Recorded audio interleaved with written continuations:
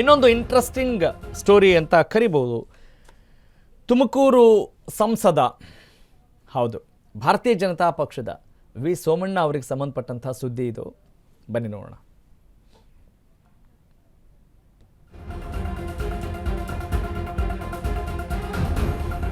ಸೊರಗಿದ ರಾಜ್ಯ ಬಿಜೆಪಿಗೆ ಸಿಗಲಿದೆ ಸೋಮಬಲ ಅನ್ನೋ ಮಾಹಿತಿ ಇದೆ.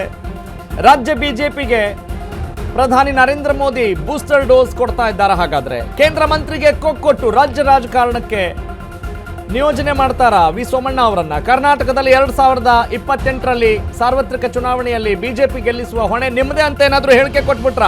ಕರ್ನಾಟಕದಲ್ಲಿ ಮುಂದಿನ ಸಲ ಬಿಜೆಪಿ ಅಧಿಕಾರಕ್ಕೆ ಬರಲೇಬೇಕು ಅನ್ನುವ ಸಂಕಲ್ಪವನ್ನ ತೊಟ್ಟಂತೆ ಕಾಣ್ತಾ ಇದೆ. ಹಾಲಿ ಕೇಂದ್ರ ಮಂತ್ರಿಗೆ ಪ್ರಧಾನಿ ನರೇಂದ್ರ ಮೋದಿ ಸೂಚನೆಯನ್ನ ಕೊಟ್ಟಿದ್ದಾರೆ ಅಂತ ಹೇಳಲಾಗಿದೆ. ಅವರಿಗೆ ಈಗಾಗಲೇ ಕ್ಷೇತ್ರ ಖಚಿತ ಮಾಡಿರುವ ಬಿಜೆಪಿ ಹೈಕಮಾಂಡ್. ಹಾಗಾದ್ರೆ ಆ ಕ್ಷೇತ್ರ ಯಾವುದು, ಎಲ್ಲಿಂದ, ಯಾರವರು, ಯಾವ ಕ್ಷೇತ್ರ?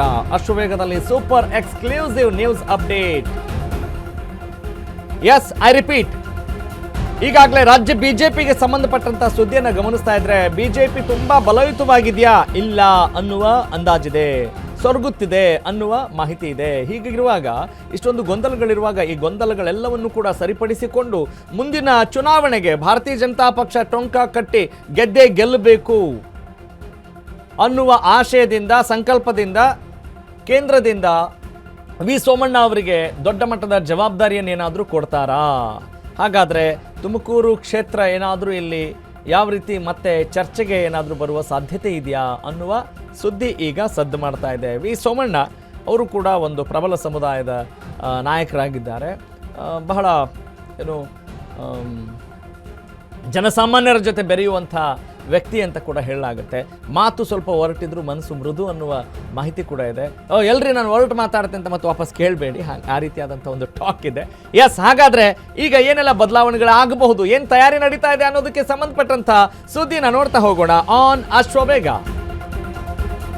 ಮತ್ತೆ ಕ್ಷೇತ್ರ ಬದಲಿಸಲು ಕೇಂದ್ರ ಮಂತ್ರಿ ಸೋಮಣ್ಣ ತಯಾರಿ ನಡೆಸ್ತಾ ಇದ್ದಾರಾ? ರಾಜ್ಯ ರಾಜಕಾರಣಕ್ಕೆ ವಿ ಸೋಮಣ್ಣ ಮತ್ತೆ ಬರೋದು ಖಚಿತವಾ? ವಿ ಸೋಮಣ್ಣ ವಾಪಸ್ಸಿಗೆ ಬಿದ್ದಿದೆ ನರೇಂದ್ರ ಮೋದಿ ಮೊಹರು. ಘರ್ ವಾಪಸಿ ಅಲ್ಲ, ಇದು ಕ್ಷೇತ್ರ ವಾಪಸಿ. ಬಿಜೆಪಿ ಹೈಕಮಾಂಡ್ ಸೂಚನೆ ಬೆನ್ನಲ್ಲೇ ವಿ ಸೋಮಣ್ಣ ಅಲರ್ಟ್ ಕೂಡ ಆಗಿದ್ದಾರೆ. 2028ರ ಸಾರ್ವತ್ರಿಕ ವಿಧಾನಸಭಾ ಚುನಾವಣೆಯಲ್ಲಿ ತಿಪಟೂರಿನಿಂದ ಸೋಮಣ್ಣ ಸ್ಪರ್ಧೆ ಏನಾದ್ರೂ ಮಾಡೋ ಸಾಧ್ಯತೆ ಇದೆಯಾ? ಅಳೆದು ತೂಗಿ ತಿಪಟೂರನ್ನ ಫಿಕ್ಸ್ ಮಾಡಿದ್ದಾರೆ ವಿ ಸೋಮಣ್ಣ ಅನ್ನೋ ಮಾಹಿತಿ ಇದೆ. ಆರಂಭದಲ್ಲಿ ಬಿನ್ನಿಪೇಟೆ, ವಿಜಯನಗರ ಕ್ಷೇತ್ರಗಳನ್ನ ಪ್ರತಿನಿಧಿಸಿದ್ರು ವಿ ಸೋಮಣ್ಣ. ಚಾಮರಾಜನಗರ, ವರುಣಾದಲ್ಲಿ ಅದೃಷ್ಟ ಪರೀಕ್ಷೆ ನಡೆಸಿದ್ರು ಸೋಮಣ್ಣ. ಆ ಪರೀಕ್ಷೆಯಲ್ಲಿ ಅವರು ವಿಫಲರಾಗಿದ್ರು, ಅದನ್ನು ಕೂಡ ನಾವು ಗಮನಿಸಬಹುದು. ಕಡೆಗೆ ತುಮಕೂರು ಲೋಕಸಭಾ ಕ್ಷೇತ್ರದಿಂದ ಗೆದ್ದು ಸಂಸತ್ ಪ್ರವೇಶ ಕೂಡ ಮಾಡಿದ್ರು. ಅಂದ್ರೆ he cannot be neglected.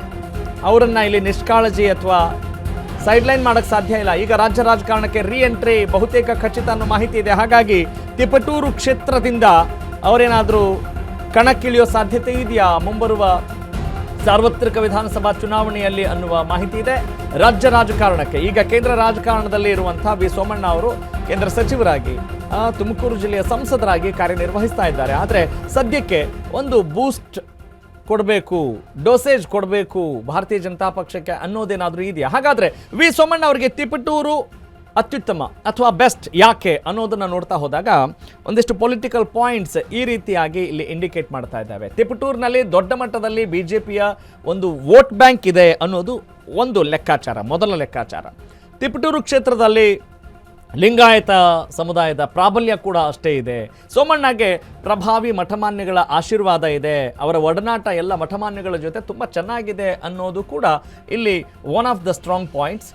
Tumakuru ಜಿಲ್ಲೆಯಲ್ಲಿ ತನ್ನದೇ ಆದಂಥ ಪ್ರಭಾವವನ್ನು ಕೂಡ ವಿ ಸೋಮಣ್ಣ ಹೊಂದಿದ್ದಾರೆ ಅಂತ ಹೇಳಲಾಗಿದೆ. ಹೀಗಾಗಿ BC ನಾಗೇಶ್ ಅಂದರೆ ಮುಂಚೆ ಶಿಕ್ಷಣ ಸಚಿವರಾಗಿ ಕೆಲಸ ಮಾಡಿದ್ರಲ್ಲ ಅವರ ಬದಲು ತಾನೇ ಸ್ಪರ್ಧಿಸಲು ಸೋಮಣ್ಣ ಏನಾದರೂ ಪ್ಲಾನ್ ಮಾಡಿದ್ರಾ?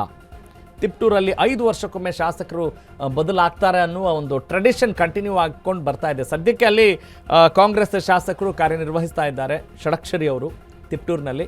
ಹಾಗಾಗಿ ಮುಂಬರುವ ದಿನಗಳಲ್ಲಿ ಭಾರತೀಯ ಜನತಾ ಪಕ್ಷ ಗೆಲ್ಲಬೇಕು ಅನ್ನುವ ಲೆಕ್ಕಾಚಾರ ಇದ್ದರೆ ವಿ ಸೋಮಣ್ಣ ಅವರನ್ನು ಕಣಕ್ಕಿಳಿಸಬೇಕು ಅನ್ನೋದಕ್ಕಿಂತ ಹೆಚ್ಚಾಗಿ ವಿ ಸೋಮಣ್ಣ ಅವರೇ ಸ್ವಯಂ ಪ್ರೇರಿತರಾಗಿ ಅಲ್ಲಿ ಕಣಕ್ಕಿಳಿತೀನಿ ಅನ್ನುವ ಸಂದೇಶ ಏನಾದರೂ ರವಾನೆ ಮಾಡಿದ್ರಾ ಅನ್ನುವ ಒಂದಿಷ್ಟು ಚರ್ಚೆ ಕೂಡ ಈಗ ಶುರುವಾಗಿದೆ. ಹೀಗಾಗಿ ಇಲ್ಲಿ ಚುನಾವಣೆಯ ವಿಚಾರವೇ ಅತಿ ದೊಡ್ಡ ಮಟ್ಟದಲ್ಲಿ ಸದ್ದು ಮಾಡ್ತಾ ಇದೆ, ಯಾವುದಕ್ಕಿಂತ ಹೆಚ್ಚಾಗಿ ಅಭಿವೃದ್ಧಿಗಿಂತ ಹೆಚ್ಚಾಗಿ. ಯಾವಾಗಲೂ ಅಷ್ಟೇ. That is politics.